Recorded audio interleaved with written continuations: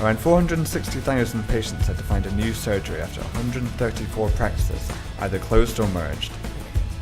The chairwoman of the Royal College of GPs said that family doctors are facing a constantly escalating workload. Thousands of patients could be put at serious risk of life-threatening or life-changing health problems. Around They wait several weeks. 460,000 The patients had to find a NHS, new more than surgery 1,000 after GPs and patients 134 have written to practices health either and social care closed or systems in merged. in just 10 days as part of a campaign to highlight the crisis facing Around thousands of patients could be put at 460,000 serious risk patients of life-threatening or life-changing health problems. They wait Accelerated. several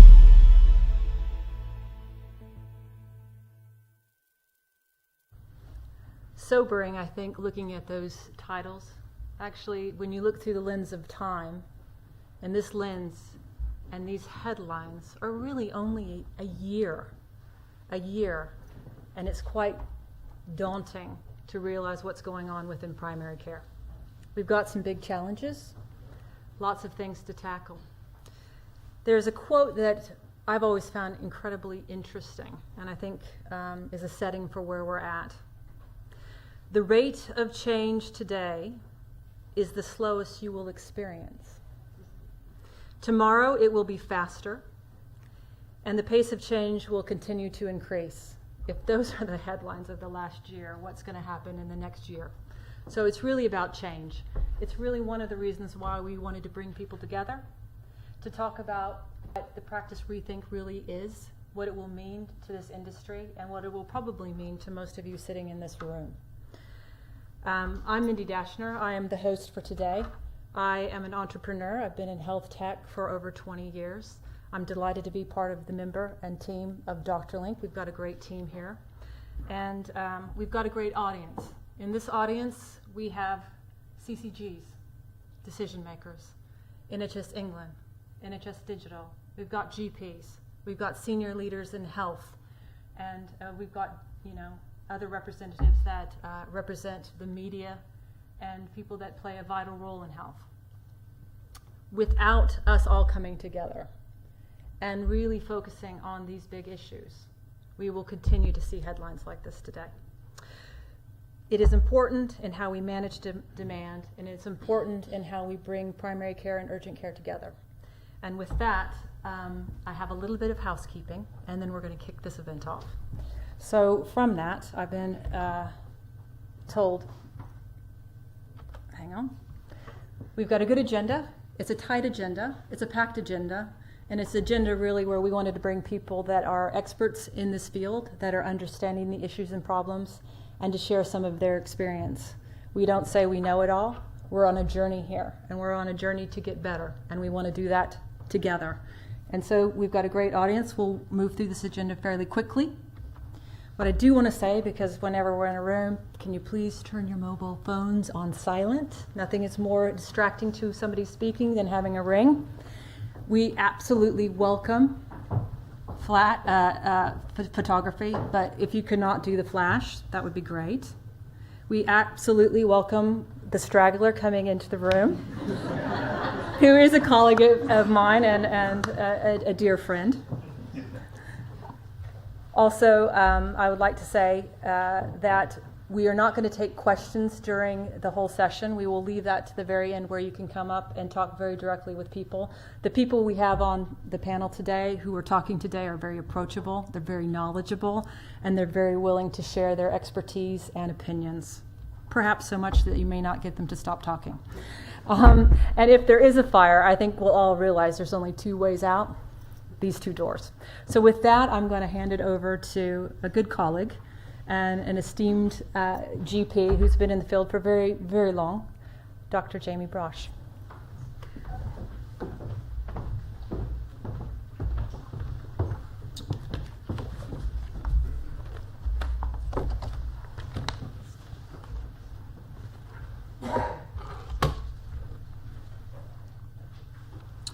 Thanks very much, Mindy. Good morning, everybody. In August, Dr. Link commissioned Comres to conduct a large-scale survey of GP attitudes to the use of digital technology in primary care. And I've been asked to reflect on how the current pressures on general practice influence Dr. Link's approach as a provider of digital solutions for primary care, and how this triangulates with the survey's findings. As my notes started to take shape, 4 key criteria seem to emerge to my mind, which would be necessary for any digital solution to truly transform primary care.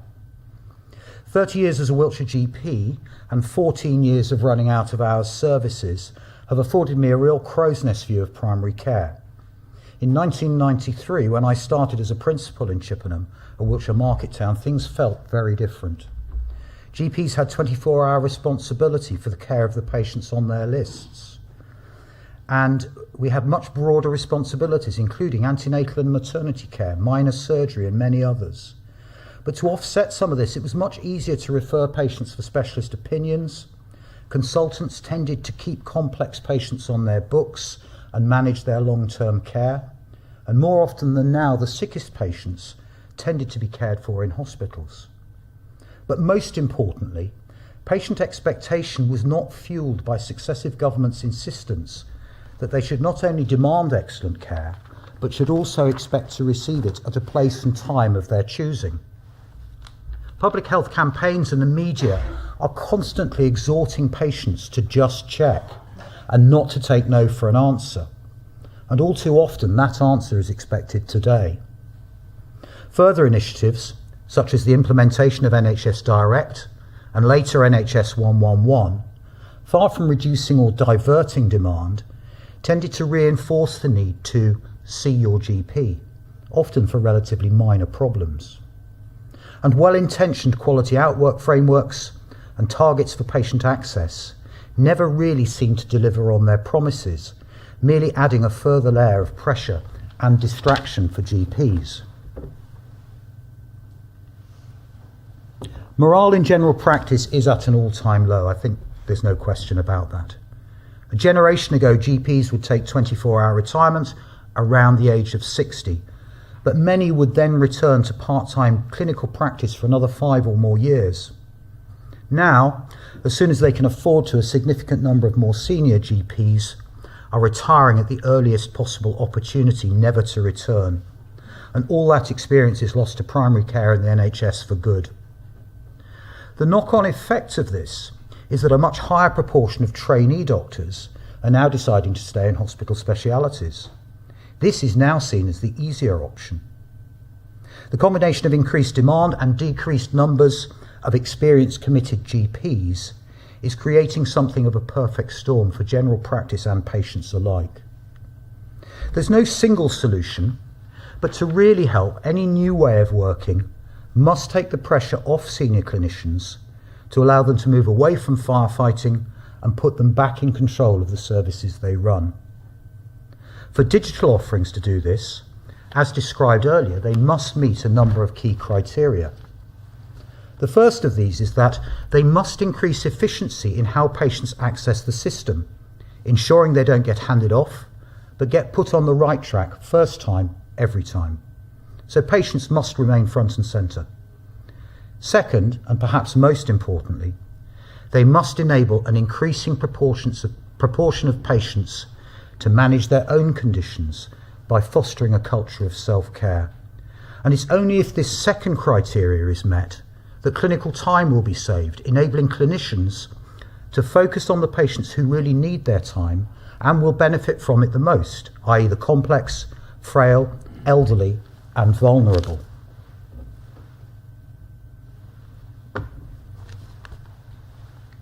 When we started the DoctorLink journey and were looking for pilot practices locally in Wiltshire, I must admit I expected polite but robust indifference from my colleagues. Wiltshire has always been a good place to live and work. When I applied for my GP partnership, I was one of 30 credible candidates. Traditionally, recruitment had not been a challenge, and the quality of general practice was uniformly high. But now all that has changed, and practices that would once have been deluged with applicants are struggling to fill vacancies at all. The line often quoted by our CCG is that most practices are only 2 resignations away from complete collapse. Many forward-looking GPs now accept the principle that, as in other areas of day-to-day life, digital access must have a part to play. But even those who are inherently more conservative and uncertain about the real value of the digital channels are putting aside these doubts, and there is a willingness to consider anything that might create some breathing space. The majority of GPs believe that digital services do have a place in their practice and that their implementation could improve the quality of primary care being delivered to their patients. However, it should be noted that beneath this willingness, there still lurks some inherent scepticism, and 60% of GPs think that the impact of digital services has been exaggerated. This scepticism is most prevalent in the longest serving GPs, like me, and those in smaller practices.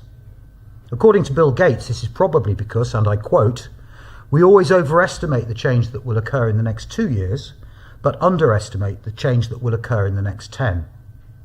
We must keep this mixture of willingness and healthy scepticism in mind if we want to maximise our engagement with primary care.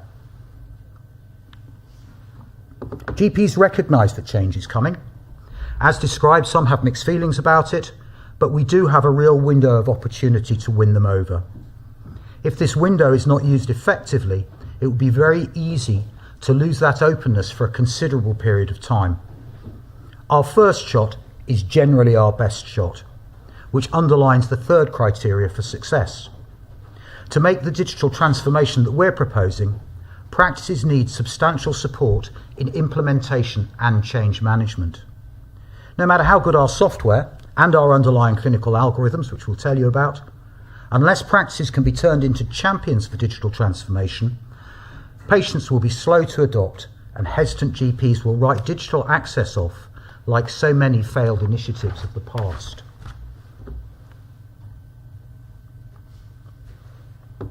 One of the fundamental anxieties about digital health, particularly if you talk to GPs, is that it cannot deal intuitively with the complexities of medicine, particularly general practice, and that it will not be accessible to the cohort who create the greatest demands on healthcare, the frail elderly. My response to this challenge is that the first task for a digital solution is to move as much of the simple transactional business and management of simple urgent care to the digital channel as possible. If 20% of historical practice contacts are dealt with via the digital channel, clinicians will have the time to focus on the more complex patients, where their intuition, prior knowledge of that patient, allow them to manage that risk most efficiently. In time, this older demographic too will become more and more comfortable with digital access, and as integration with practice systems progresses, the ability to streamline the clinician's interaction with these patients will also become increasingly meaningful. Age must be no bar to taking ownership of your own well-being. And this highlights the fourth and final criterion. To provide maximum benefit to the healthcare community, particularly primary care, digital offerings must support and integrate rather than challenge and disrupt existing services. We need GPs and all involved in primary care to be champions for digital transformation. They need to see digital technology as a tool to enhance their skills, not as some sort of superior intelligence that wishes to enslave them.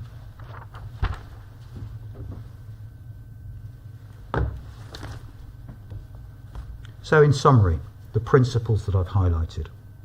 I hope that my reflections and the survey results have made the case for these as essential criteria for digital transformation. But I can sense that some of you may be thinking, surely all digital health solutions must recognise these. Unfortunately, many do not. Worryingly, I suspect that many digital access systems rolled out into primary care, far from making our lives as GPs easier, will merely serve to create distraction and add additional work. A far cry from the digital transformation that primary care so desperately needs.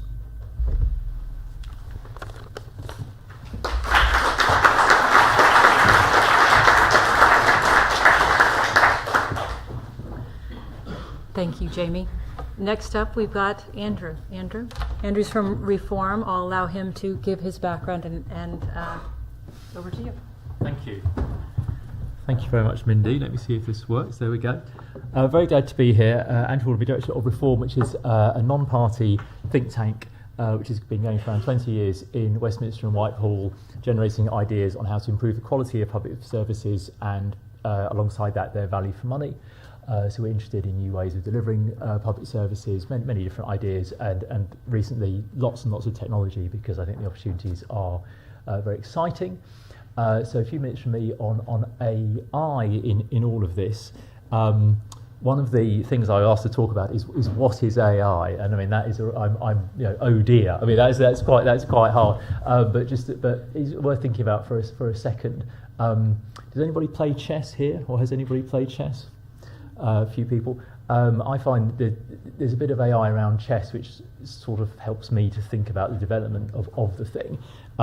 People might remember that in 1996, the best ever human chess player, Garry Kasparov, was beaten by a computer. Do you remember that? Deep Blue, quite a famous moment. And Kasparov said, maybe a little ungraciously, but he said that Deep Blue had the intelligence of an alarm clock. But in a way, he was right, because what Deep Blue was this sort of kind of massive traditional computer, which could take a position, take all the possible moves in that position, then sort of do the human response, then the computer move, then the response, and then and sort of go down sort of 8 moves down the tree, and get the best, and so from that deduce the best move to make in the situation. So this is just brute computing power, just over and over again. Humans can sort of do this, but of course we can't do it as well as the computers can. And what Kasparov said was, in the end, the computer's just not going to make a mistake. The computer's going to win. But it's sort of not what you would call a real intelligence in a way. If you come forward to now, the Google DeepMind sort of new version of their chess computer is called AlphaZero, and what this does is they give it the rules of chess, and and just say to it, play some games, and it plays games, and it learns in a much more sort of human-like way the right kind of moves, the right sort of direction to take in any given situation, and from there decides how to make the move. So it's very different and more human-like. And Kasparov calls this a sort of Type B intelligence in his words, compared to the old Type A. And then we can ask, okay, well, sort of how good is this thing? The Kasparov's rating was 2,850. Right at the top 20 years ago. The best human chess player now, Magnus Carlsen, is sort of 2,900, so it's going up sort of 1 or 2 points a year. AlphaZero is 3,600, so if for chess players like me, it's like, oh my god, that's amazing! Oh my god, can you even imagine? But you sort of get the sense that it's sort of gone up a notch, and whether we want to get particularly excited about this is all up to all of us individually, but there's clearly something happening here. And then just to finish off on this, I've probably used up all my time on chess, but there were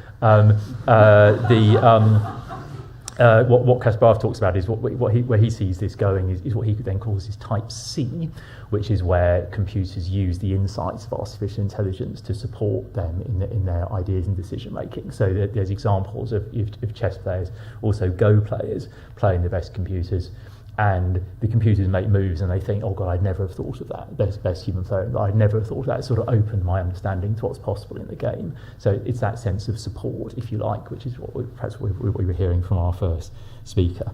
So that's just a sense perhaps of the potential of AI. So very quickly then, on healthcare, primary care, we're going to keep it in perspective, because we're not in a sort of Westworld type environment where we can ask these things to walk around and do many things. We're talking about AI doing very narrow tasks, learning how to do them, but let's keep it very much in perspective.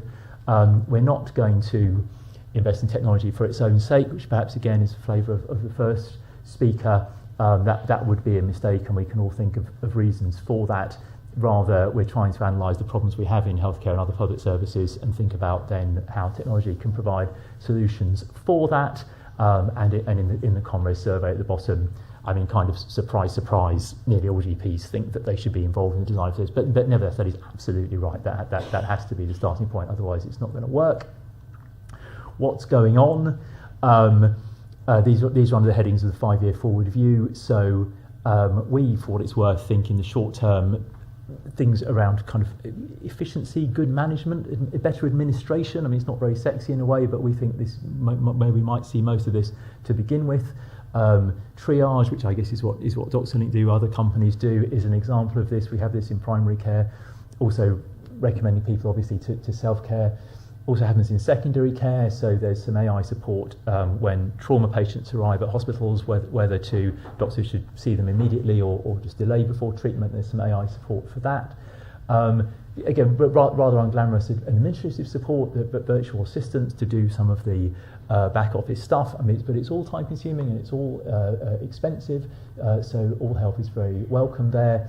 Our expert in the office also thinks that when we get on to data, which may be a different conversation, but one of the things that all public services have to do is to use their data better and often to provide better quality data, which of course helps AI, and AI can itself help that cleaning of the data, something to think about. And then when we come to long-term conditions, we have examples of programs analysing the blood sugar readings of patients with diabetes, giving them advice on their condition, helping, so again, rather similar to our first speaker in terms of patient support. We then get into sort of data analysis, so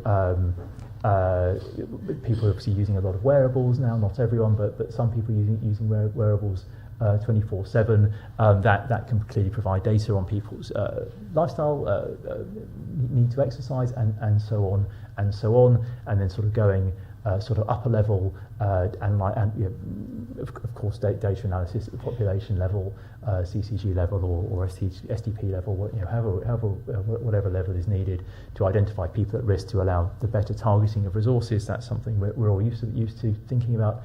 AI can help with that. And then sort of more direct things, I guess, around treatment, medical research. Some AI is very good at reading, and there's a huge amount of medical research produced every year, probably too much for any individual doctor to get their heads around. AI can support that, so maybe can contribute to diagnoses or the process of developing diagnoses by feeding in the latest research.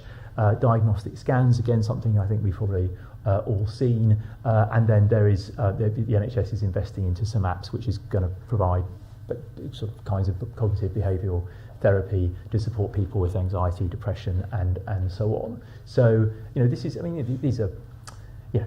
not kind of sort of taking over the world sort of immediately, and sort of in the next three or 4 months. Again, we have to keep it in perspective, but there is there's real activity which we can point to. So this is about AI in primary care. I mean, some of these things are obviously relevant to primary care. I mean, what's happening in primary care?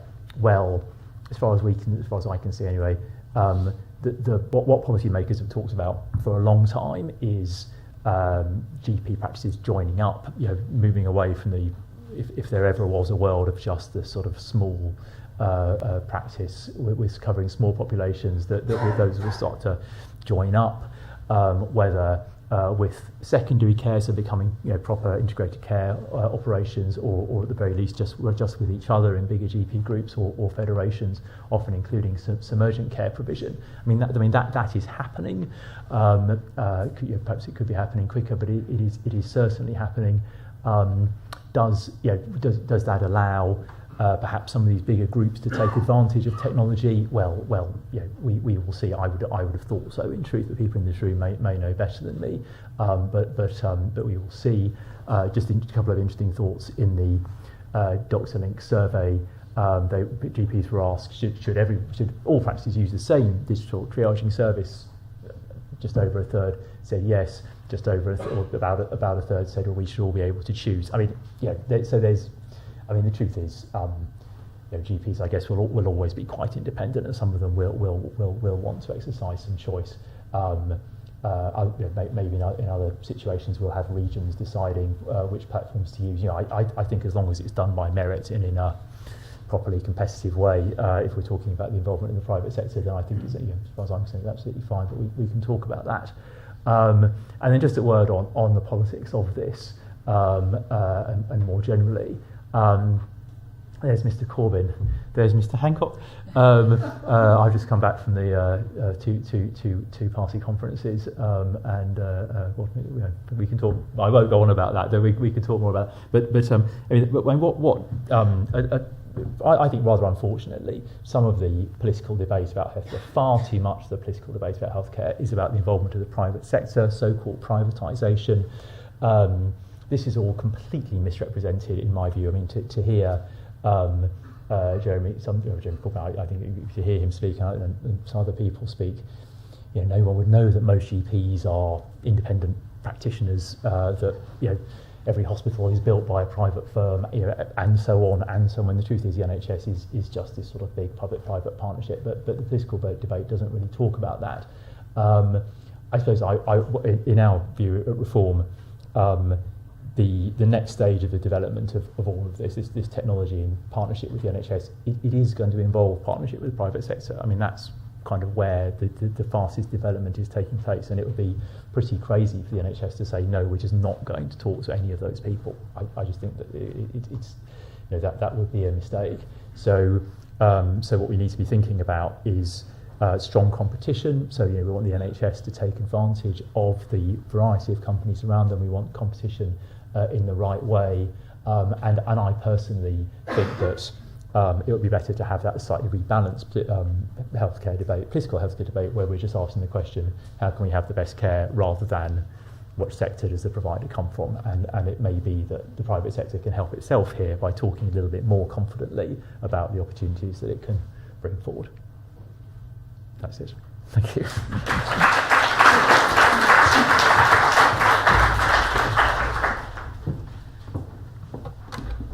Thank you, Andrew. That was fantastic. And next up, we've got my colleague, Andrew Gartner, and really the patriarch of Dr. Link. Thank you, Mindy, and thank you to everyone who's come today.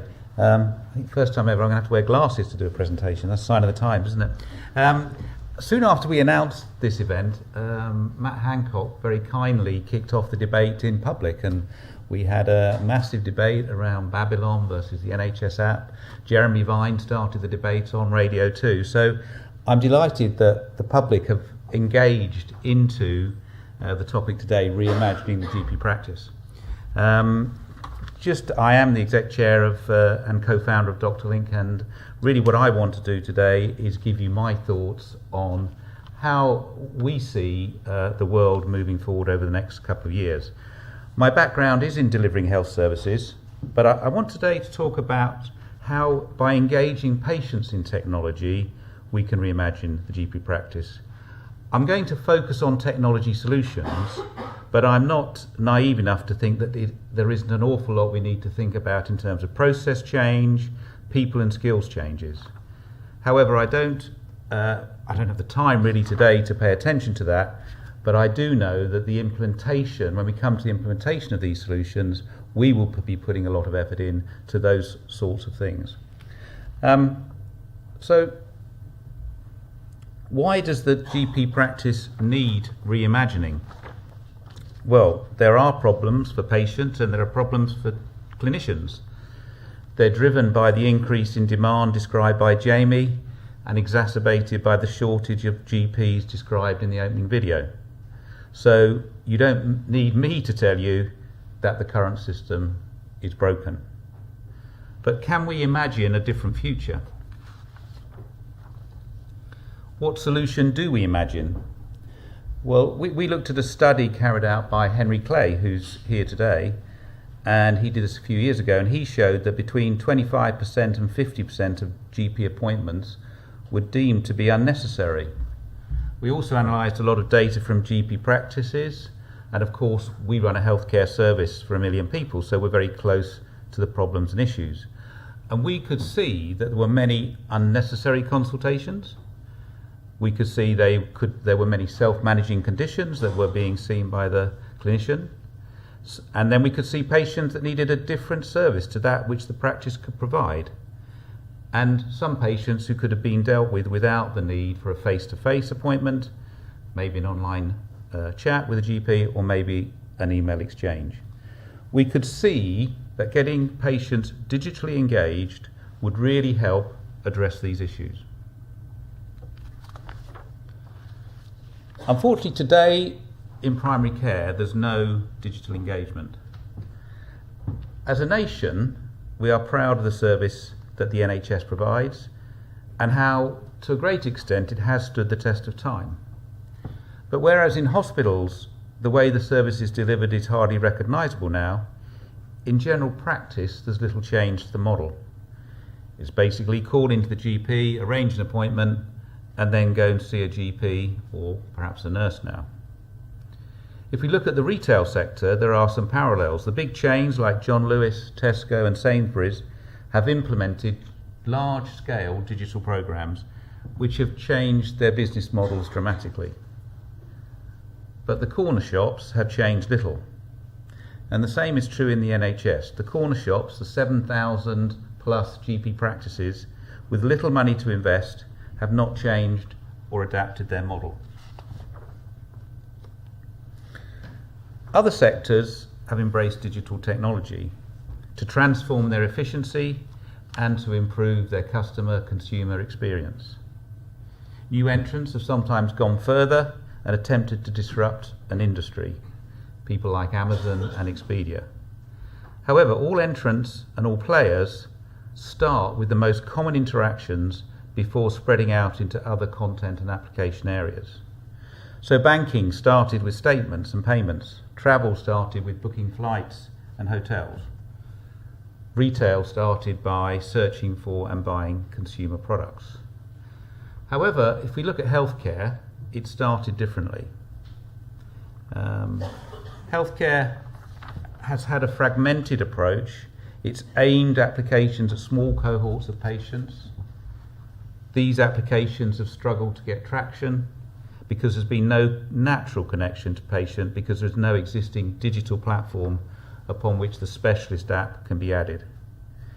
It means there's little or no advocacy from the GP because the apps aren't trusted or feeding into the GP world. So not surprisingly, there's been little take-up and it hasn't really impacted or improved the system. So what do we think the approach should be?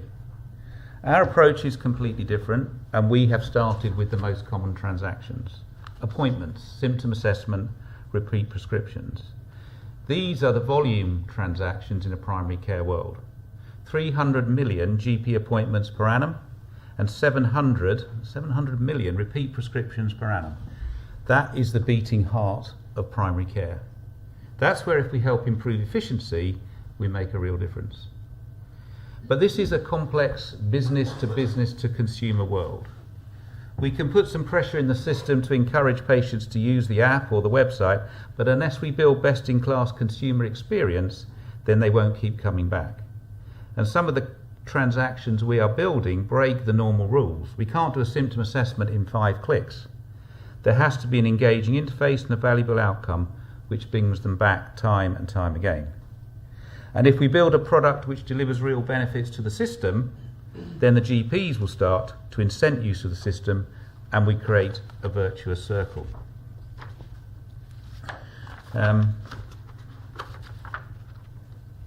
So, what are the benefits to the practice of digital engagement? The first thing is that putting your symptoms onto a computer or a phone is actually engaging, and people will spend the time going through a comprehensive set of questions. There's no pressure on the patient. It's all done in their time and at the most convenient time for them. At the moment, what happens is we all have to ring our GP practice at 8:15 in the morning and get in the queue. In this world, we put our symptoms in when we want to. The assessment feels very comprehensive and safe. And at the end of it, you get a conclusion, or more than one if we cannot get down to one conclusion. You then get to see information about your condition and comprehensive information about what you need to do to manage that condition. In nearly 20% of cases, the condition is one that can be self-managed, and we can give really good information about what's needed to be done. Getting this information on a computer or a phone is great because it's there for reference. And we can also explain any worsening conditions to look out for. Actually, more people than we expected are self-managing because the information on other possible outcomes leads them to the conclusion that they can self-manage anyway. So we are seeing in our pilots at the moment that up to 35% of people are actually self-managing after this comprehensive presentation of information. So with very good symptom assessment, we can put a filter into the system to prevent some of the demand on the GP. What's the next step on the journey? If you cannot self-manage, you need to be signposted to the best service. Now this is again where a system is much better than a human in doing this. Every CCG has a very comprehensive directory of service which contains all of the services and the opening times of the providers in that locality. So when a patient has done the symptom assessment and has been given a conclusion, it is then he or she is given a disposition. What should you do and when? So, for example, if the disposition is to speak to a doctor within 12 hours, and this is 6 p.m. on a Friday, it will access the directory of services and work out that the patient needs to speak with the doctor in the out-of-hours service. So the information on the assessment will be sent to the out-of-hours service and dealt with appropriately. In some cases, so that works extremely well. In some cases, the patient will be signposted to receive a diagnostic test. Often it's only after a blood test or other test that a condition can be ruled out. So the system will signpost the patient to the appropriate place where the test can be carried out. So the system is able to manage very comprehensively finding the best service for a patient. It isn't just defaulting to the GP practice, it is working out how to use the many services in the local health economy. And I have to say, the person who designed this approach is in the room today, so welcome Chris Watts in particular, because we're using some algorithms he's developed and they are extremely clever. So in the future we'll see many other approaches where this will work, and one in particular I point out, we'll see many more federated practices in these environments, and the system will be able to manage patients across the federation. So if one practice is doing all the urgent appointments on a Monday, the service finder will be configured to point patients to this practice on a Monday. The digital solution needs to be joined up into the local healthcare system. In this way, the patient will be pointed to the most appropriate service. The next advantage of digital is the ease with which communication channels can be opened up. I've been around for many years, and for many years we've been saying video consultation is the way forward, and it hasn't taken off.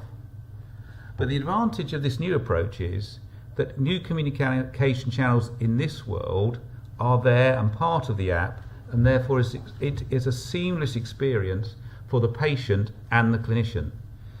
It's all done with one system, and therefore it's easy for the patient and the clinician to make that connection. If the patient does book a video consult, then the symptom assessment output will be waiting on the desktop of the clinician when the video consult starts. We actually think that chat and other forms of communication will be more popular than video consult, and there's a real efficiency in these methods of communication. We've evidenced that a clinician will be able to manage 12 consults an hour through chat compared with 5 or 6 in face-to-face. This efficiency is also helped by being able to channel people to the right specialist. So we can send someone with a diabetic problem to a diabetic nurse. We can send someone with a mental health problem to a mental health specialist. We can also send communication through to the patient's own GP, and where possible, they handle it, giving greater continuity of care and more efficiency in dealing with the patient. It also means that we can empower the supply chain. We can have people working remotely from the practice for smaller periods of time, so we can bring new cohorts of clinicians to work in the system.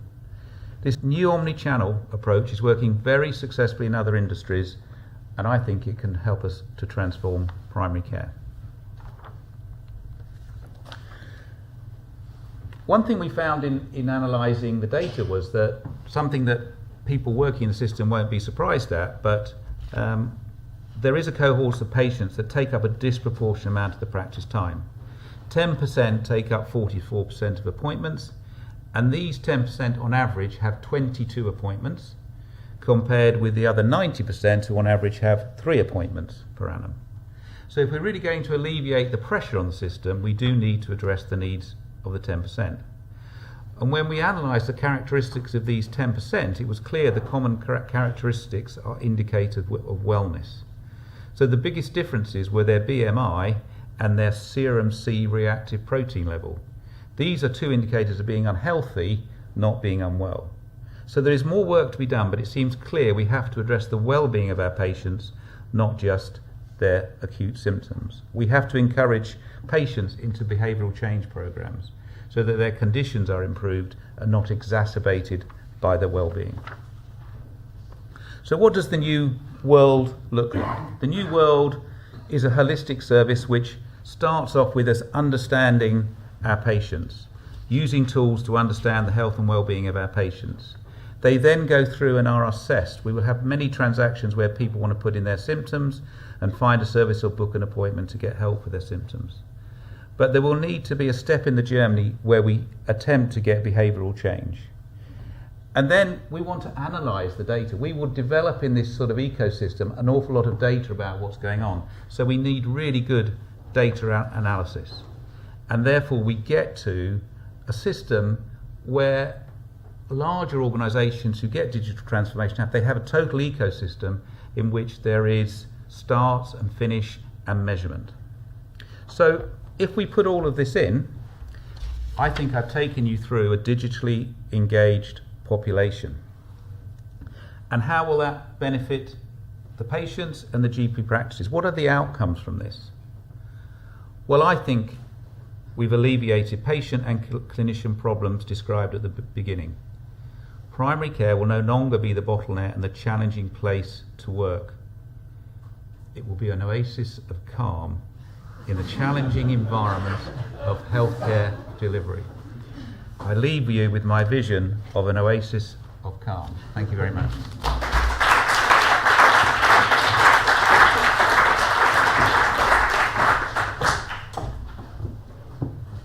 Thank you, Andrew. That was fantastic.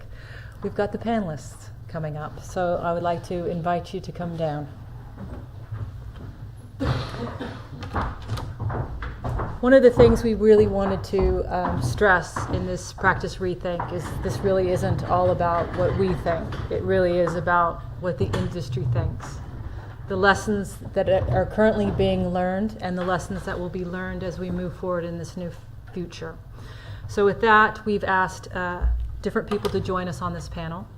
And I will quickly do an introduction, but I will ask the panelists to give a little bit more background as I direct questions to them. So on our panel, we have Henry Clay. We also have Dr. Bruce Webstale. We have Sammy Nur and David Gilder. And I have an apology to make. We had also invited Sue Farrington, who is the chairman of Patient Information Board. Unfortunately, she couldn't attend today. She had an important thing come up in her diary. But I did want everybody in the audience to know that patients are at the center of what we do. It's important that we continue to engage them. Patient information and how that will play into our ecosystem is equally as important, and we know education has an impact on how patients flow through a system and how they actually self-manage. So I just wanted to make that point. Henry, I'm going to come across first to you, and given your background, I mean, one of the things that I wanted you to address to this audience is, what do you see as the current challenges happening currently within primary care? We've seen a lot of the big titles, but you're kind of in the weeds. I know you've done some work with NHS England.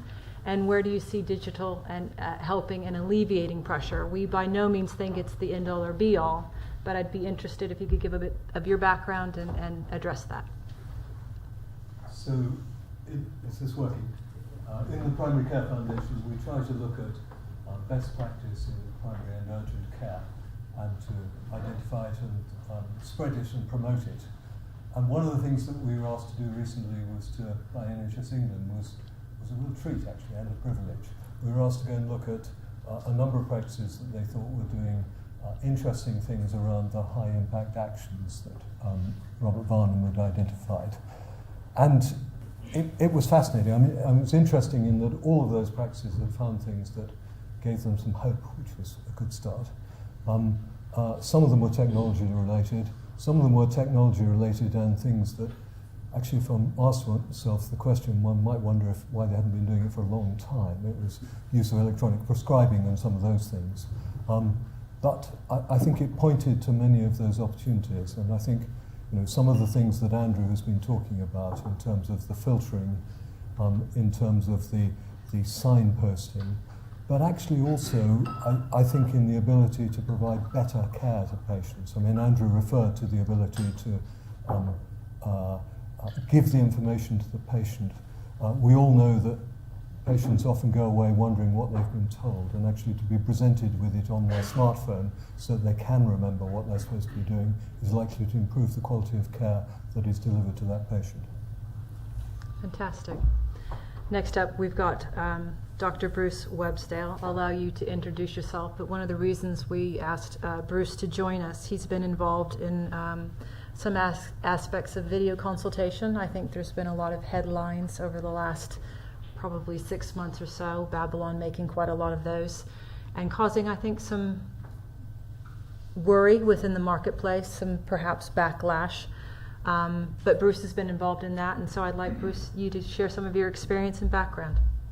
Yes, good afternoon. I'm Dr. Bruce Websdale. I'm a GP down in southwest London. And previously I've been a medical director at the Department of Health, actually, on the ISTC program. So plenty of experience about how we ensure that new services or innovation is integrated properly. We had some massive challenges, as I'm sure many people in the room are probably aware. I took an interest in video consulting about 3 years ago, actually, when it first came out of America. It was in its early stages at that time. There's different formats that exist for this particular medium. But I spent about 3 years studying it now and worked with quite a few different platforms. So I picked up quite a bit of experience. I'm glad to be invited to come down here and to share some of my experience. I thought I might ask out of interest if people could raise their hands if they've ever been involved in a video consult. Not many. So in terms of the embracing of the digital technology by GPs, and you've seen quite a lot of information being put up on the previous presentation, I think one of the biggest challenges to why GPs are not embracing the digital age at the moment is simply because they are generally people who require evidence-based information. And because by definition it's a new technology, it just doesn't have that weight of analysis behind it that allows GPs to be assured about the technology they might be implementing. And that's a big challenge, I think, for Dr. Link, is to make sure that it can get to the coalface with the GPs and explain. So when I talk to people about video consults, I think many GPs have been a bit burnt by the Skype experience, but Skype is really quite inefficient. If you try and do Skype consultation, what you're trying to do is set up a link to a patient. It's a bit like a telephone consult. You have to phone them, they're not in, they give a message on the answer phone, they call you back just when you don't want to speak to them. This way you're doing the same thing, but you're trying to activate a Skype link.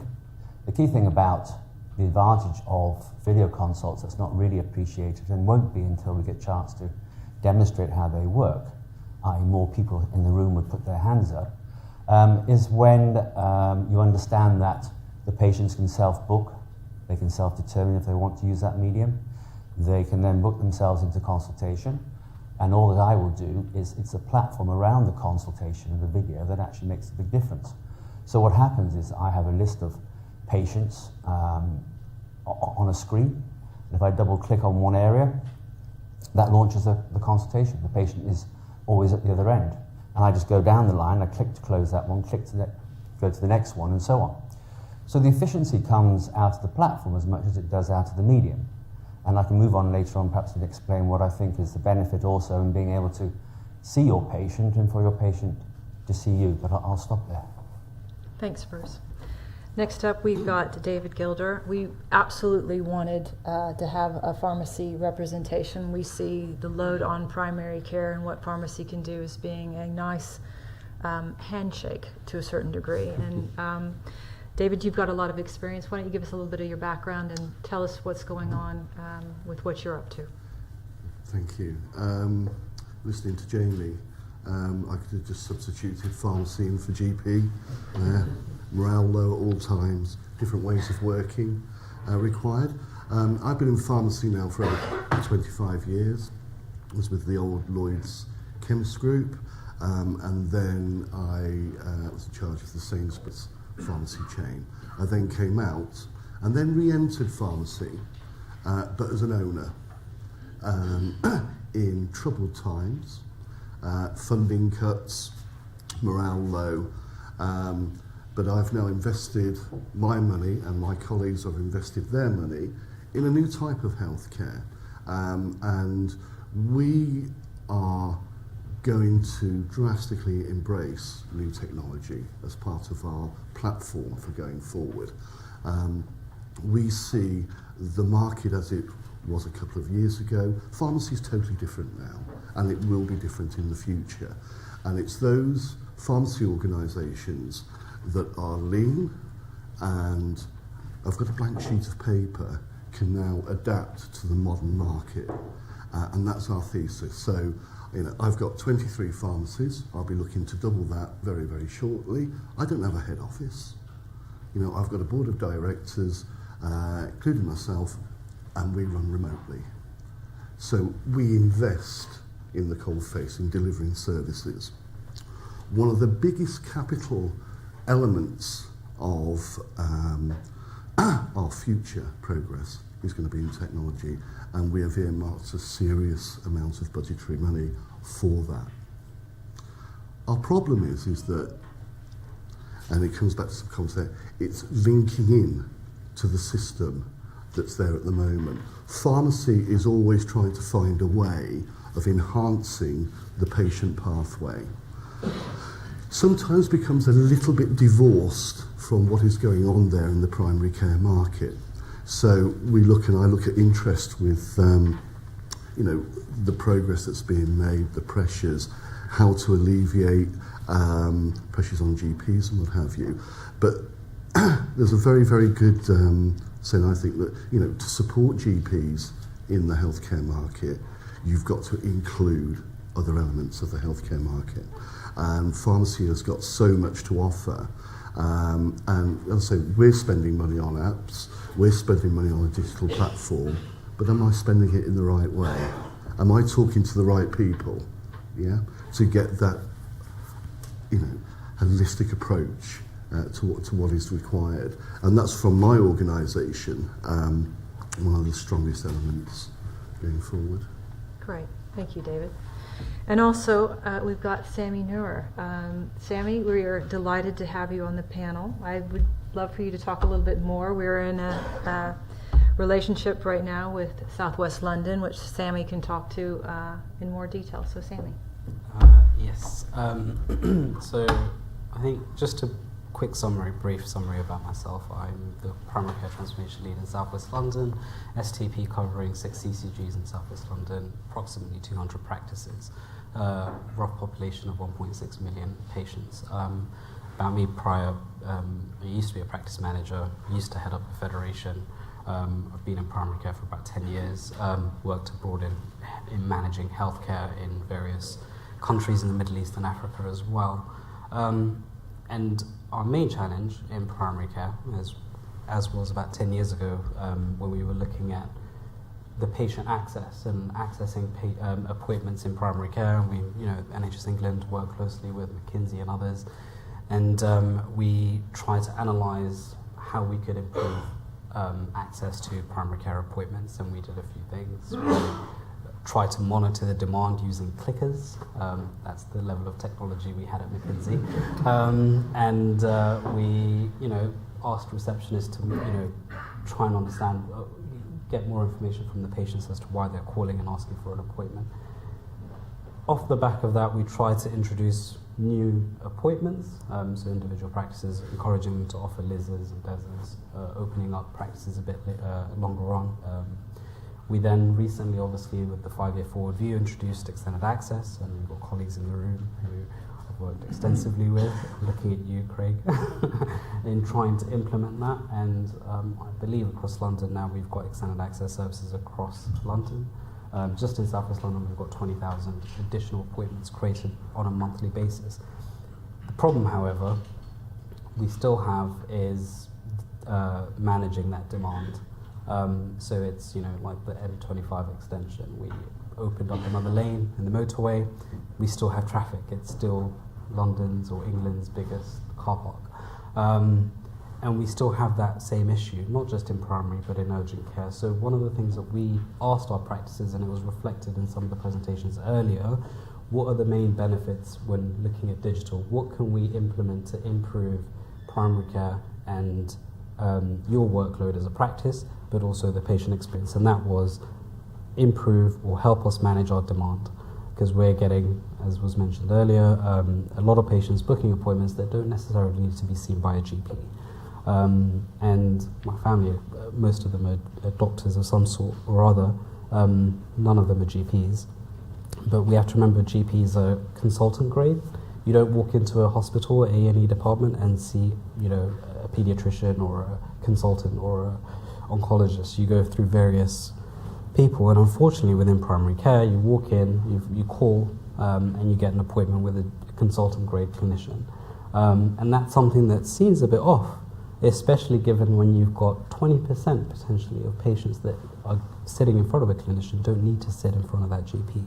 So what we've done in South West London, we did our own analysis, and we asked patients what practices, what could we do to improve their appointments and help them manage their day-to-day practice. And they've said, look, help us source something that will improve our demand. We then wrote a specification based on that, and we put it out to the market, and Dr. Link came out top of, I think, 12 suppliers. Quite robust, and it took I don't know how many months of work with various suppliers and NHS England, CCGs, and by the end of this year we're hoping to have 800,000 patients in South West London using the service. And it's interesting because initially we only wanted 20% within this financial, but going back to some of the comments that have just been made, where clinicians seem to be hesitant. And they are more evidence-based and looking to see the benefits. In the last year and a half that I've been leading on this work, that has moved drastically. GPs are willing, GPs are, appreciate the benefits, and are very open to having discussions. And we're now having, from my experience in South West London, we've increased that number from 20% to 50% within this financial year, because we've had so many hands up and we've said we don't want to turn anyone away. And then by the end of next year, we're hoping to offer it to 100% of South West London practices. So, that's where we're at. And that's the first step. The second step will be looking at something that Andrew mentioned and Jamie mentioned, looking at group working and federations, looking at managing, the consultations in a hub model.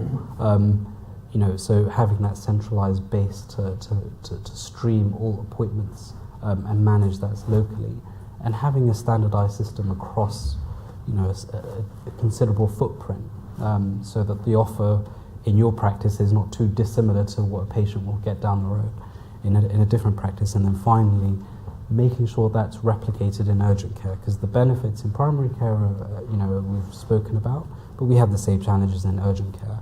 And if you look at the number of patients that are going in and being seen in urgent care that don't need to be there, we're talking, just in South West London, hundreds of thousands a year. And that's something that we definitely want to target and make sure that we, from an NHS organisation point of view, patients don't really care.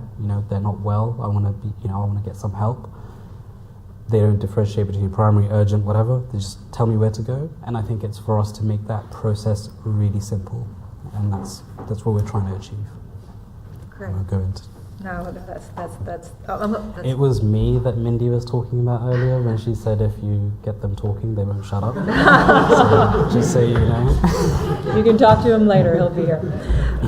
There's a few more questions I'd like to throw back to the panel. And I think in some ways, Sammy, what you're talking about is systemic change, but starting in primary care, because it is the gateway to care.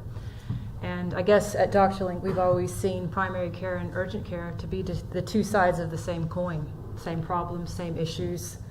You call or you wait in line and doing that. And really some of the work that you're doing, I think, is reflective of where the market could go, but I think it will take time, is that actually utilizing your resource, which we already know is scarce, becoming more scarce because of retirement or complete burnout or infrastructure that's not fit for purpose in primary care, and saying how do we utilize what we have differently, either through hub or spoke, and changing that up over time, I think is really the journey, because we know we have a constraint around resource.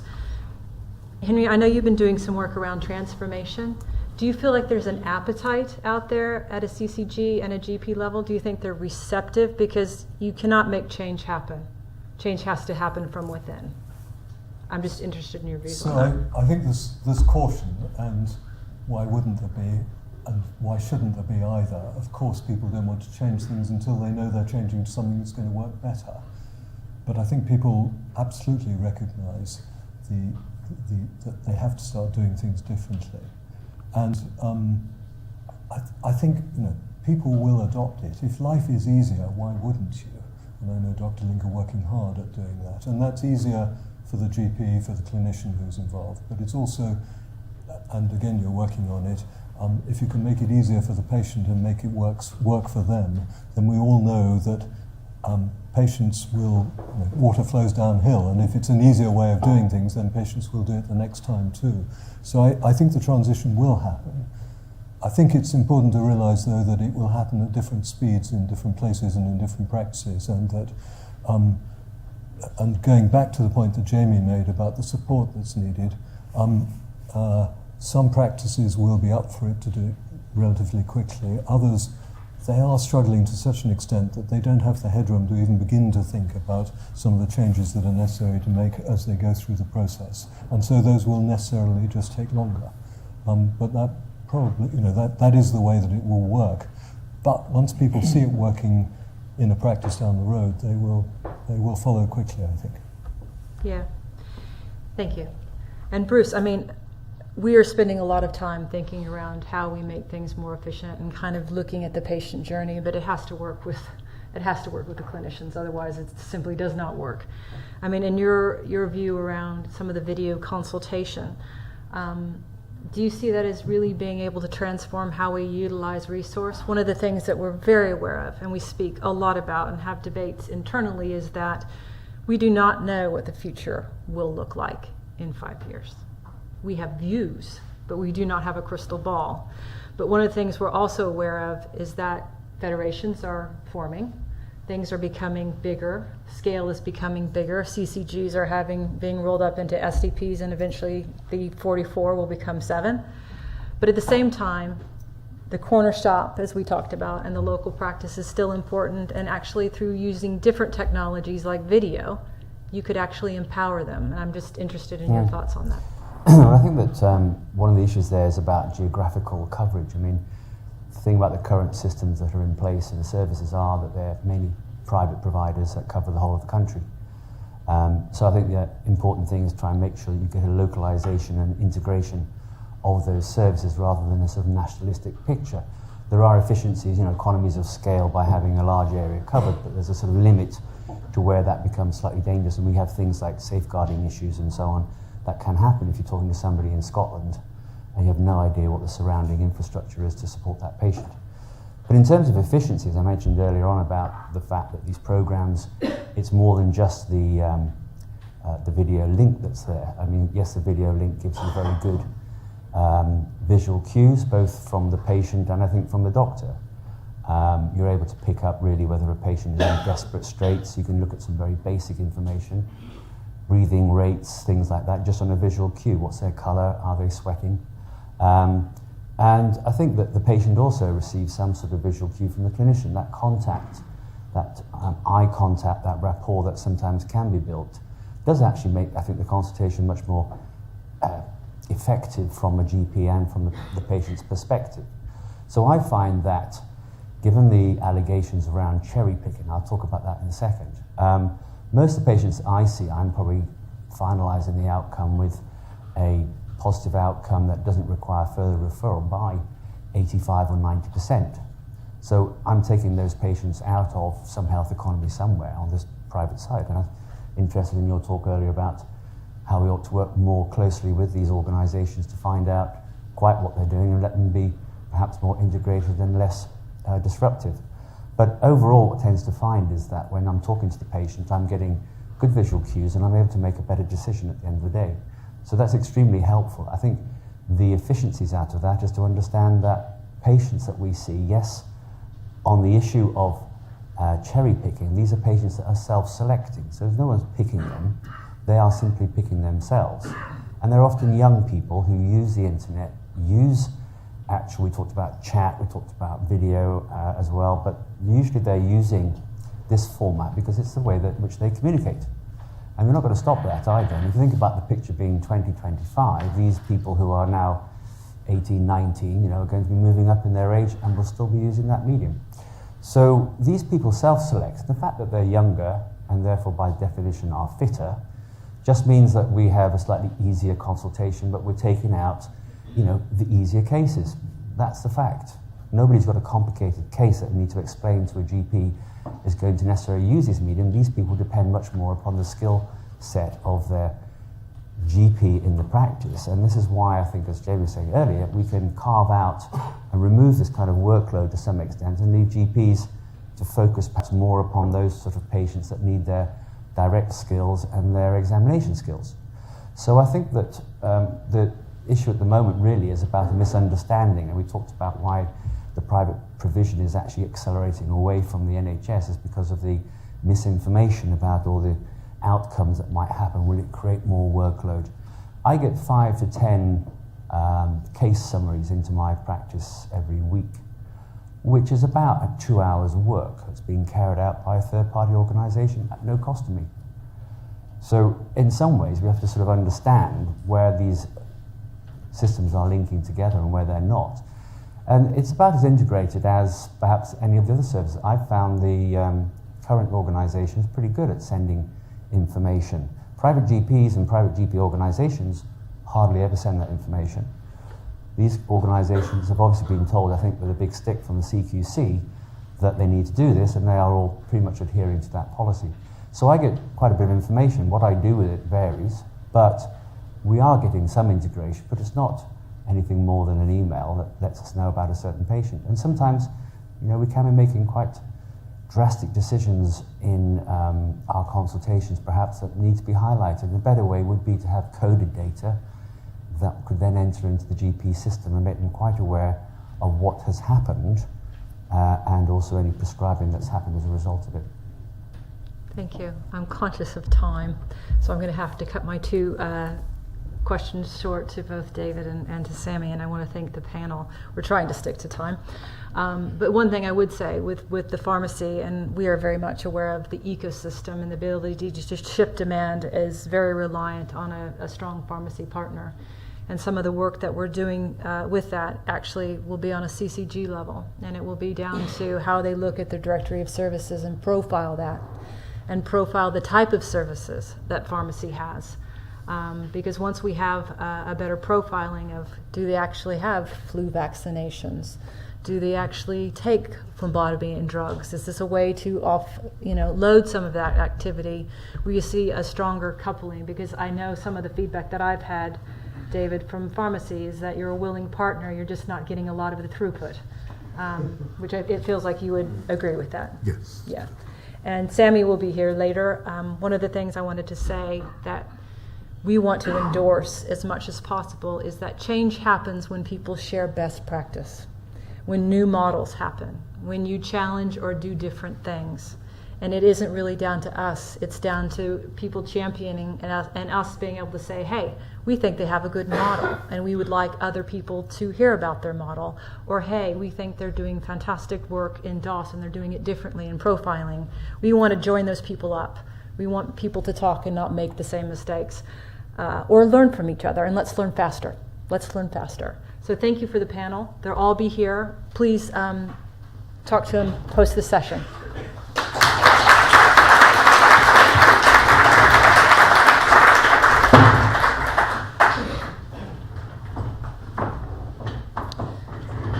And we now have our final speaker, Dr. Marcy Thiel. She's going to give us a little bit of background on herself and also a demonstration of the product and where we're at. But just a little bit of background. This is really, to a large degree, the algorithms are Marcy's baby. And it's been a journey for her in coming this far. And this is not something that has happened overnight. This is something that she has invested years in. She has had outstanding international experience around triage, and where we're actually going with this under the stewardship of Andrew and an excellent team is taking this to the next phase. So with that, Marcy, come join us.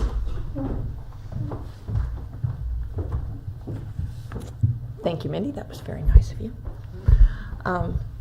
Yeah, as Mindy said, I've been doing this for actually more years than I can count. I started in Triage in about 1995 after about 7 years in practice as a GP, and have been doing it around the world, South America, Europe, Australia, pretty much everywhere. But and have learned a lot along the way, and really wanted to share a little bit with you today about how we do what we do, why we do it that way, and why we think, at least at this point in time, it's the best way to do it. So let's go ahead with that.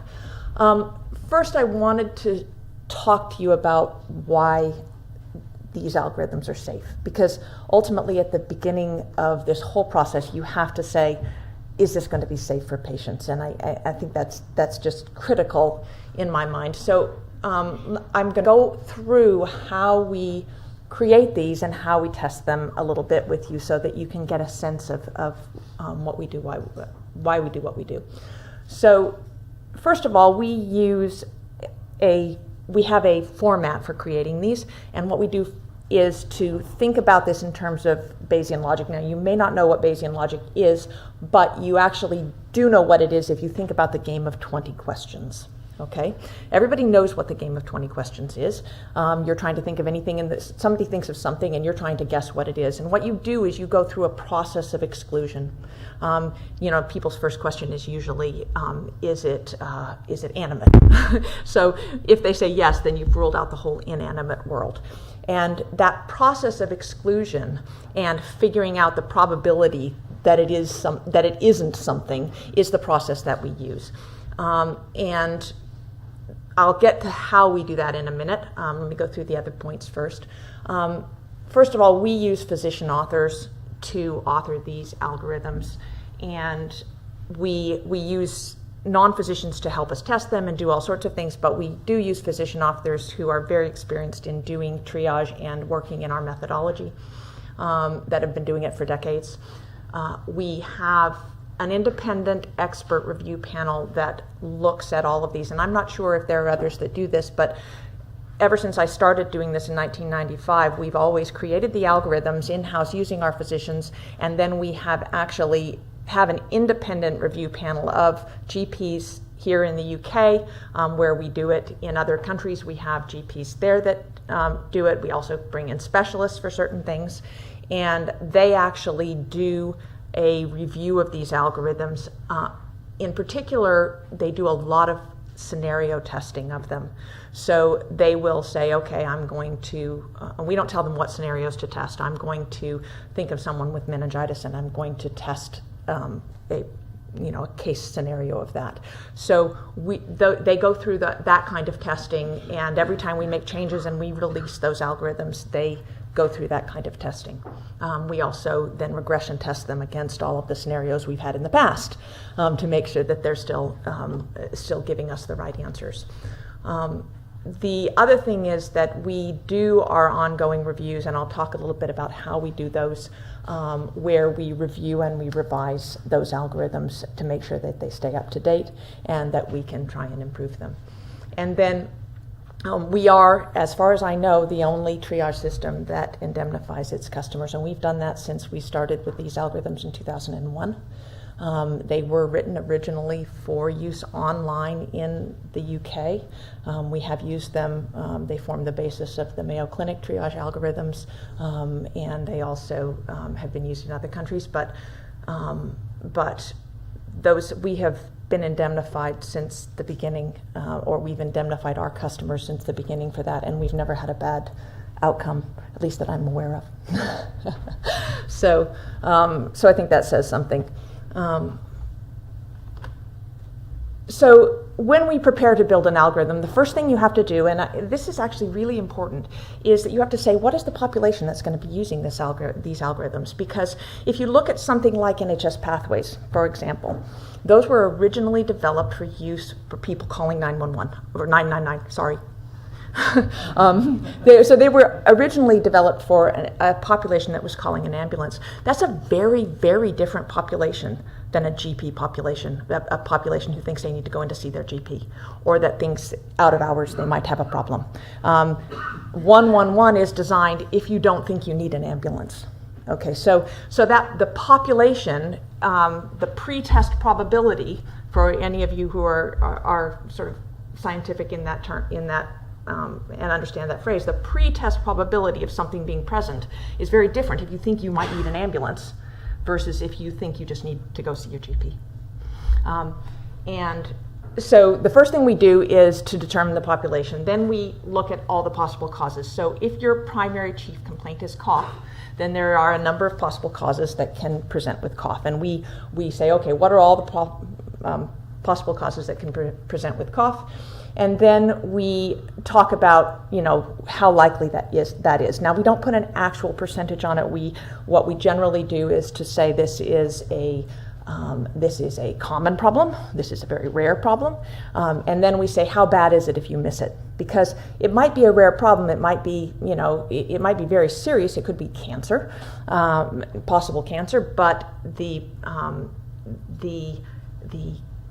how bad is it if you miss it is very bad, but you may pick it up later. In other words, somebody with back pain, they could have cancer in their spine.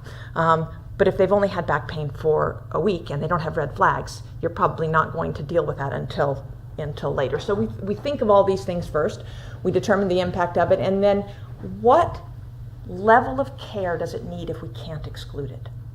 Okay, so you have to go through in triage, you go through and you exclude from the most acute problem, the most time-sensitive problem, to a less time-sensitive problem. And if you can't exclude that thing, if I can't exclude meningitis with a reasonable amount of certainty, then I need to treat it as though meningitis might be there and make the determination for what to do with it at that point.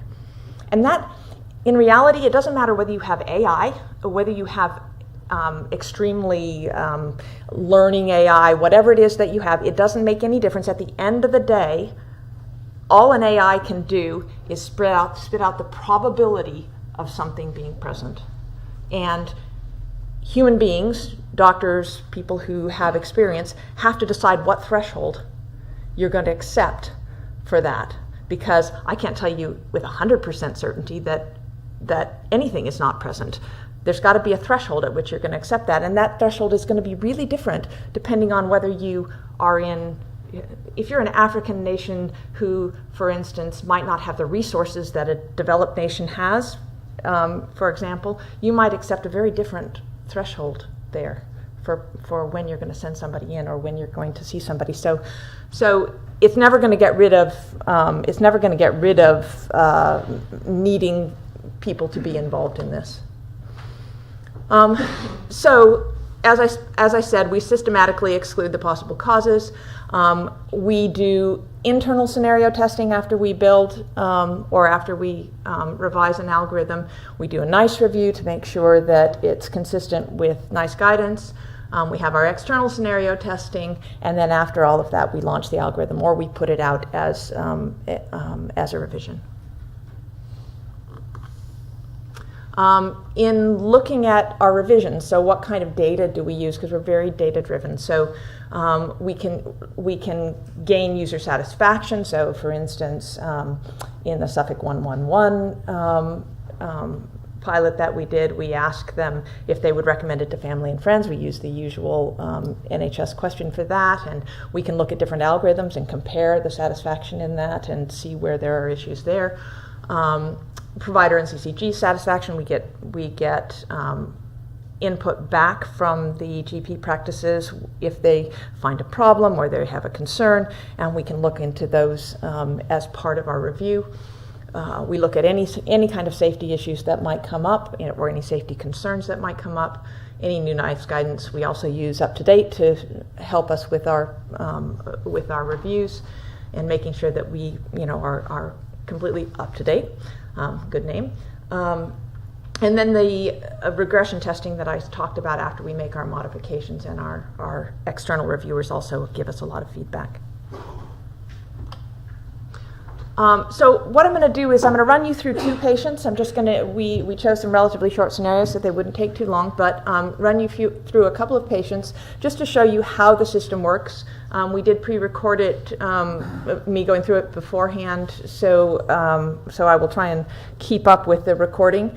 The first patient is a patient called Andrew, and he's 19 years old. He's away at school and or at university, and he is getting some crusting of his eyelids, and he's got a history of having some eczema and other skin problems. He doesn't have any eye involvement, so it doesn't seem like pink eye to him. I mean, his eye isn't bothered, other than his contacts being uncomfortable to wear, and it's kind of flared up over the last 24 hours, although he's had a little bit of this for some time. So let's go ahead and look at that. Where's my... So first of all, what would have happened with him? He normally would have phoned for an appointment because he wouldn't know where else to go. He would have waited then to be seen at the surgery in the waiting room. He would have then gone into his consultation with his GP, and this is assuming that he can get an appointment that day. They may not have been able to get him in that day, might be a couple days later. He would have had a consultation with his GP, and then he may have gone to the pharmacy to get something for self-care. But it would have taken him a fair amount of time out of his day, clearly. Now, if he had gone on to the Dr. Link system, what he would have found, if I can get my mouse to work here, there we go, is that he would come on and should be starting to work here. He's doing this for himself. If you can do it for your child, in which Kate will talk to you like that. And we do ask them to tell us if they're just playing with the system or if it's real, because that helps us. A lot of people do play with the system, and it helps us to weed out the unreal ones.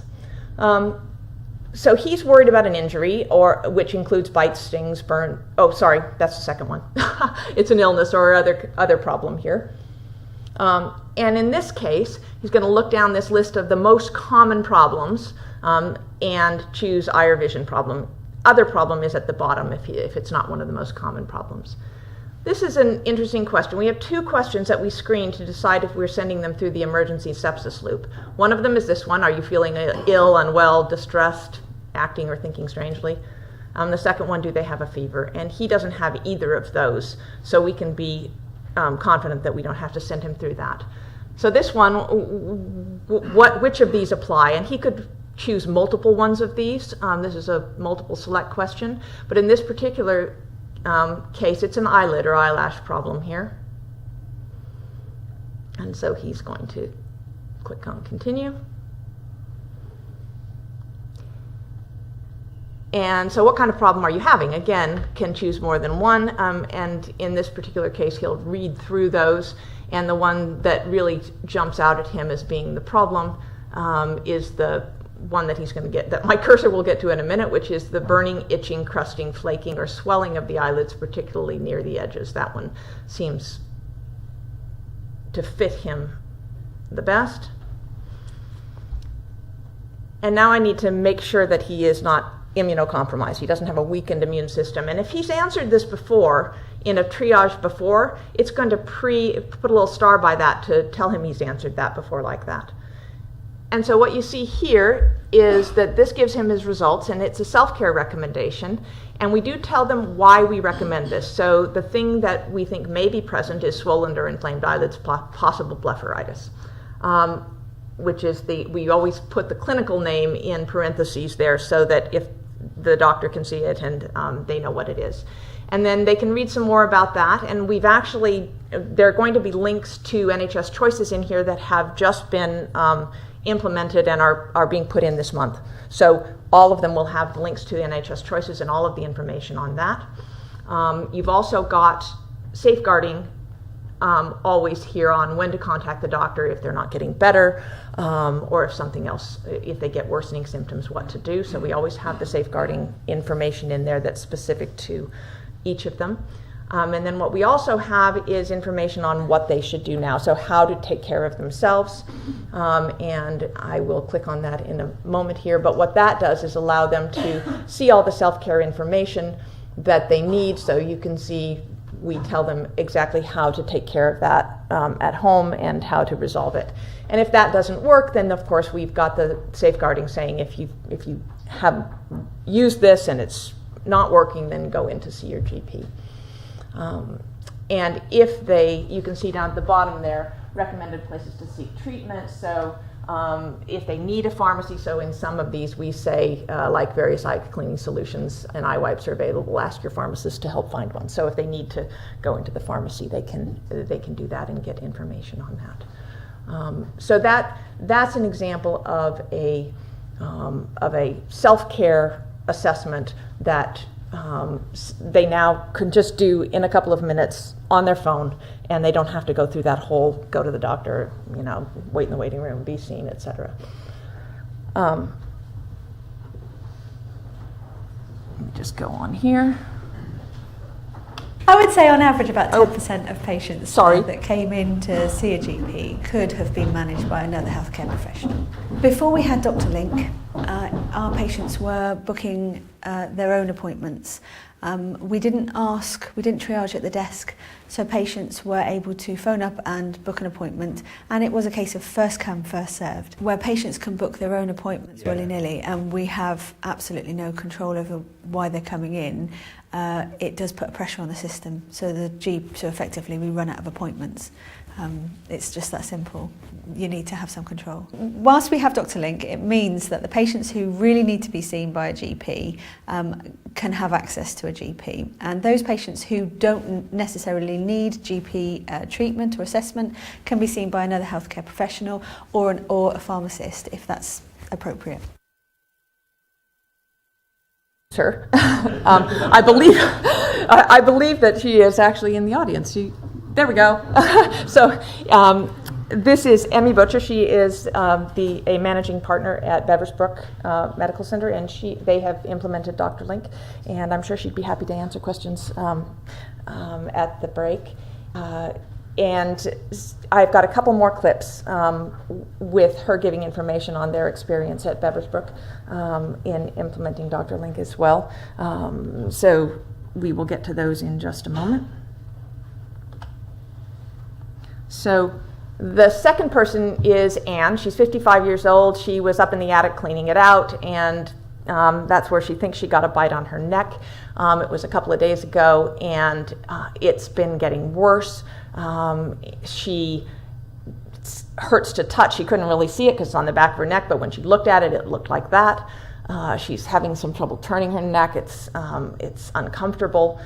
You can see it's got some weeping and looks like it's got spreading redness around it for the last couple of days. So she's worried. And again, she can either go in to try and get an appointment with her doctor, or she can go online to be triaged. So let's take a look at this one. As a second one, again, she's doing this for herself. And it's a real problem. She is worried about a bite. So that's an injury or wound, bite, sting, etc. And in this case, there's quite a long list of types of injuries, but down the list you will find an insect bite or sting. And again, we have the 2 screening questions to make sure she doesn't need to go through those emergency loops. So she is not feeling unwell, and she doesn't have a fever. So it's on her neck. And she's worried both about symptoms caused by the bite and also about it being infected, with something due to the bite. She doesn't know what it was because she didn't actually see it bite her. So she's going to say, I don't know.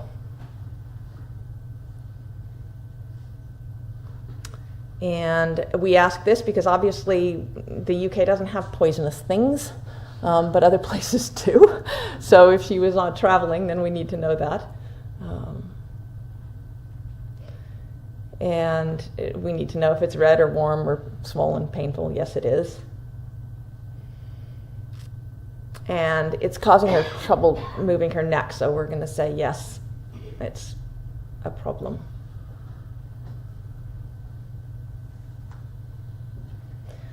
And she does have features that may indicate infection. You can see a little information icon over there, and you'll see that on lots of questions. That has more information to help you answer the question, to explain the question, why we're asking it, etc. I didn't open up any of those on this, but and again, immunocompromised, problem with weakened immune system. That's very important. So no. And does she have difficulty healing normally? Is another important question. So, is there any reason why she would have trouble healing a wound?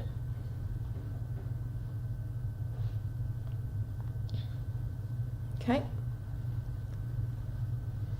So in this particular case, we're saying that she needs to see a doctor in the next 8 hours. And that is because we obviously think she could be infected. She's got swelling and a reaction. It could be infected. It could just be an allergic type reaction. We don't really know at this point.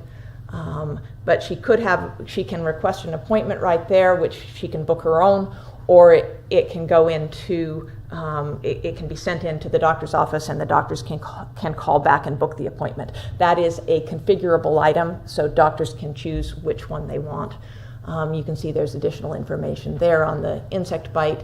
Again, the safeguarding information, when to contact the doctor, when to seek care sooner, and then what you should know about it, and what to do while you're waiting to see the doctor, because we always give instructions like that, or even what to do while you're waiting for the ambulance. We always have that information there. And that's obviously extremely important to have. And then we're going to go up to the top in here and request an appointment.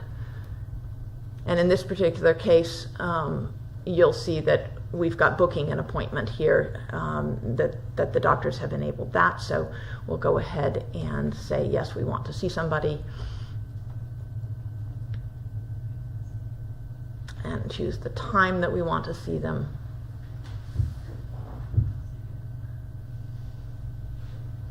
And of course, it's up to the individual practices how many appointments they offer up to be pre-booked.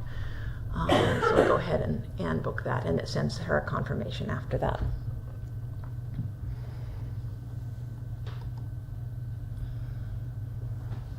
Yep, sorry, I've got to go forward here. So when we send in the information, so after that triage has been done and the information has been collected, all of the way the system works is that all of those questions, each question has a place in the library, and that library then determines how this gets put together. So you'll have, obviously, as you can see there, we've got the date and the patient's details.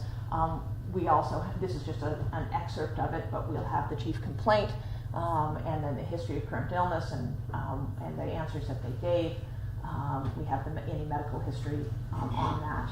We also then, you can see over there, what we recommend and why we recommend this. So that's really important, and you can see that right there you have possible blepharitis as the reason that we recommend it. You can have multiple ones. So in many of our assessments that we do, we'll end up with multiple possible causes. It's the one of highest acuity that's going to determine what we recommend. Okay, so if for instance, there are several things that it could be, okay, it could be pneumonia, and that's the most important one, or it could be just a flare of your asthma, or so we can have multiple possible diagnoses there, and those ultimately what we really want is to be able to pass that through into the electronic medical record, make that a SNOMED coded possibility that is easy for the doctor to then just say, yep, it's this one. Okay, and most of the time it's going to be on that list, and that doesn't mean you have to choose one of them. You can choose one of something that's completely different, but it makes it a lot easier if you can pass in that history, and then you can say, yeah, okay, I did my exam, yeah, it's this one, and then you're done. Currently, because we've got Dr. Link, patients are seen by the most appropriate clinician in a timely fashion. So we're able to offer our patients who go through the Dr. Link service a more concise appointment time to meet their needs.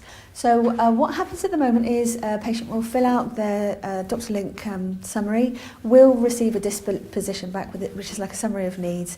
It's quite easy to read. It says right at the very top of the summary what may be wrong with the patient based on their symptoms. So it gives them a suggested diagnosis. It gives us the symptoms that they say that they're experiencing. It tells them how quickly they need to be seen, so it tells us how quickly they need to be seen.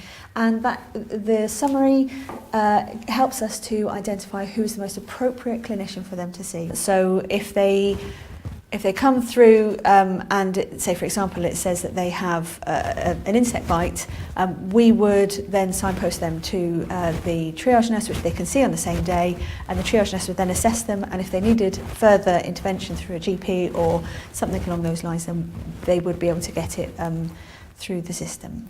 The great thing about that is that patients used to have a sore throat and say, well, I need to see a doctor within the next 12 hours. You know, you need to fit me in this morning.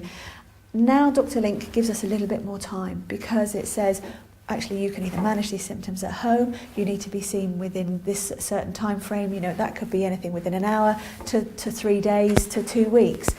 What is great about that is it means that we can contact the patient and say, your disposition suggests that you need to be seen within the next 3 days. I've got an appointment on Tuesday. Is that going to be convenient for you? Which means the patient then feels, I've been triaged. I know I can manage these symptoms. I've got the confidence to do that. I know I can go back and use Dr. Link if I feel I need more urgent care. But actually, I've got an appointment, so I'm happy with that.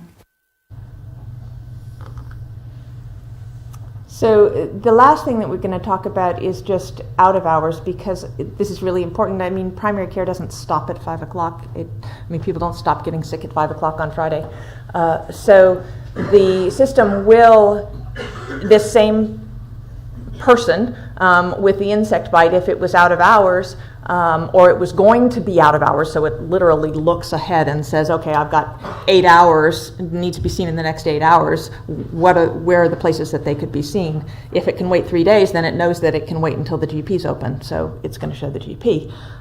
But in this case, it's going to show the minor injuries unit would be available for that insect bite in this particular case. So. Previously, over the weekend, our patients would either self-manage. They'd often say, well, we'll wait until the GP's open on Monday, and that would create the mad rush of patients trying to get early appointments on a Monday morning. Now, Dr. Link, patients can check their symptoms over the weekend. They'll be signposted appropriately to either the NHS 111 or urgent care service, or to a pharmacist, or to self-care. We can pick up those dispositions on a Monday to contact the patient to see if they're happy. We can see whether or not they've been to NHS 111 or an urgent care service, because we'll see that we use system online TPP, so we'll be able to see a summary come through. If they haven't been seen by urgent care, then we'll contact them and say, are you okay? Do you still want an appointment? Is there any support we can offer you with that? But the other thing, of course, is if they have been seen by NHS 111, it means that the clinician who may pick up that will see the NHS 111 summary and the Dr. Link summary. So we've got a lot more information to be able to help treat that patient if they need ongoing care. The things that I covered were the fact that this is clinically robust. We do have a peer-reviewed process for looking at these. We indemnify our algorithms. We have an easy-to-use application that has a lot of educational content for patients. I mean, it's not just do this and we don't tell you why. We tell them why we're recommending what we recommend, and a lot of information around that. And what we've found is that helps people be comfortable that they can stay home and manage themselves. And even times when we say, oh, well, it's a good idea to go to your GP, what we find is people look at it and they say, oh, I think I'll take care of this myself for now, and then maybe later, if I need to, I'll go to the GP. So that's why even though the recommendations for home care aren't 35%, what we see is a lot of, in the low 30s at least, to people saying, yeah, I'm going to stay home for now. And it gives an intelligent summary for the GPs, a very good history, a better history than I would take myself if I were doing it, to be frank. And it signposts to the most appropriate location and clinician. So our hope is that by getting this implemented in multiple GP surgeries, that we will help to manage that demand and even out some of those peaks and troughs, and hopefully keep GPs sane.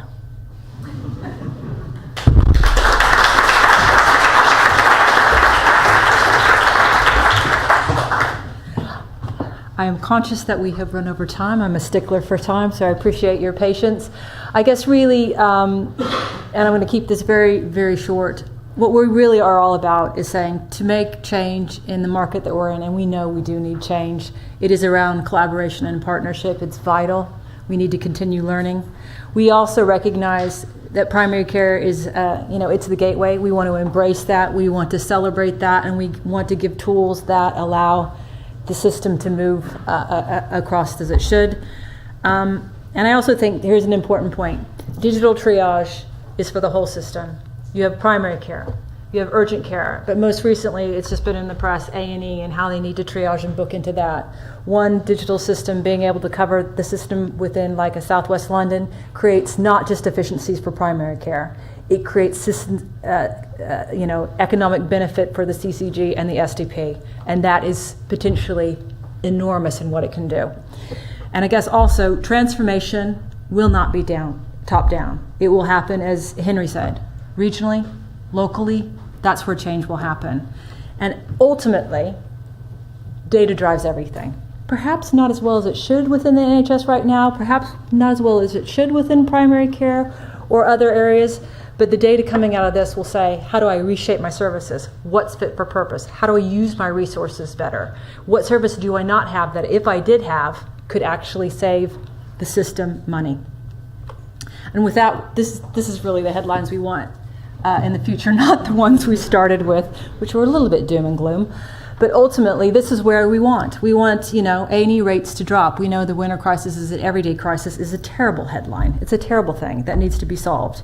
We want GPs to, enjoy their job, not be stressed, have a better work-life balance. And ultimately, we are moving into a consumer-driven economy, and healthcare has to embrace where that's going. So with that, I want to say thank you to everybody coming. Thank you to all the speakers. We're on a journey. We would like everybody to be on this journey with us. We are not gazers into a crystal ball. We know it's hard work, but we believe it's work that's well worth doing. And we would like everybody to come on board. So with that, we've got refreshments, and thank you very much.